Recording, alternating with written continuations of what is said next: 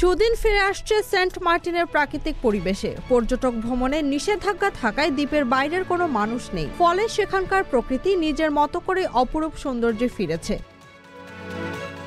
Saint মার্টিনের প্রাকৃতিক পরিবেশ ফিরে আসতে শুরু করেছে জানিয়ে পরিবেশ, বন ও জলবায়ু পরিবর্তন এবং পানি সম্পদ উপদেষ্টা সৈয়দা রিজওয়ানা হাসান বলেছেন, দ্বীপটি নিয়ে একটি মাস্টার প্ল্যানের চিন্তাভাবনা করা হচ্ছে।